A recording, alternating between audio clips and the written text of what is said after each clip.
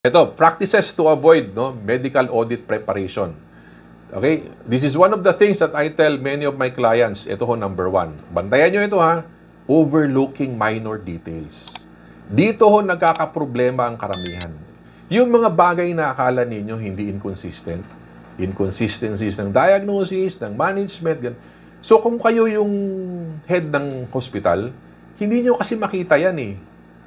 So lalo na, hindi nyo trabaho yan. Okay? Kaya ho, ang sinasuggest ko talaga, at this moment sa case rate, nasa rationalized case rate pa si PhilHealth, you need, ang sinasabi ko, if you're operating a hospital, you are required to have a medical evaluator. Because if you do not have one, mag-RTH at denied kayo. Kasi ho, ang ugali ho talaga, you try to compare it in other countries, there is a pre-screening of the claim before submission. You need to pre-screen it. And you need a medical screening. Kasi i-evaluate di ba? Ilang beses ba ini-evaluate yung claims ninyo? Okay. So, na-lecture na natin. Ilang beses ang evaluation sa entire process? How many times does the PhilHealth medical evaluator, ilang beses ho sila mag-evaluate ng claim? Can you please type there, ilan? Kung ma-recall ho ninyo, how many times sila mag-evaluate ng claim sa entire process? Once? Twice? 3 times? 4 times? Ilan? Okay?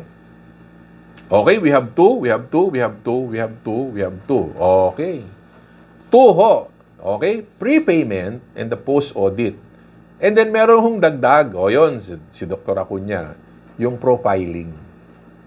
Generally, it's 2, but in reality, it's going to be 3. Okay? So, bigyan ng jacket si Dr. Kit. Oh, okay. So, generally, it's 2. Pero kung may problema, Dr. Sibumpan, bigyan mo ng jacket si Dr. Kit. Okay, so it's going to be 3.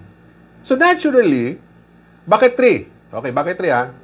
Sumalang ka sa CF4. Okay, nakapasa ka. Okay? And then, sa post-audit, sumablay ka. PHIC share na lang. Oh, PHIC share na lang. Increase lang ng konti, Doc. So, ulit tayo ha. CF4, salang ka. O nakapasa ka. And then, sa kasabang palad, dumanan naman sa post-audit. Doon ka tinamaan. Okay? Sa post-audit. Ito ngayon ang madugo. Dahil natag ka sa post-audit, pinagdudahan ka ng medical evaluator. I-profile nga natin ito si Doc. Pag-profile, ngayon, na-extract sa system, ang dami mong discrepancy.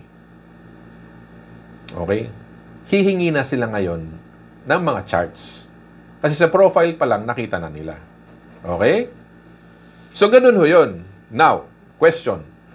If 2 times or 3 times pala ito ginagawa ni PhilHealth, may I ask, sa hospital ninyo, ilang beses ho kayo, okay, nagme-medical evaluate before sending to PhilHealth? Type 0 kung wala, type 1 kung meron, or type 2 kung 0.5. Okay, 0, 1, o may 2, 2. Okay, wala bang 0.5 dyan? 0, okay? 1, o 0.5. Okay, thank you po. Okay, 1, okay? So that's good. At least you have your own way of doing it. Okay? Again, as early as now, dapat ho meron ho kayong medical evaluation. Okay? Believe me, pag nag-implement ng DRG, okay, it's going to be a circus.